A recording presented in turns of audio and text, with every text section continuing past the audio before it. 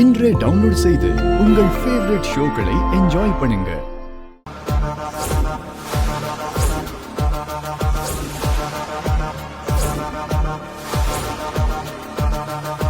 வேலையை முடிச்சிட்டு நான் உங்களுக்கு கால் பண்றேன்.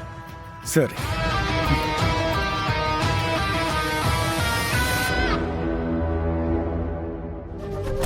வாங்க வாங்க.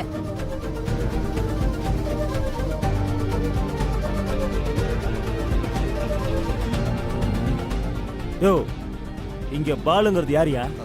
சார், நான் தான் சார் பாலு. இந்து யாரு? இது என் பொண்ணு இந்து சார். மேடம், அவங்கள அரெஸ்ட் பண்ணுங்க.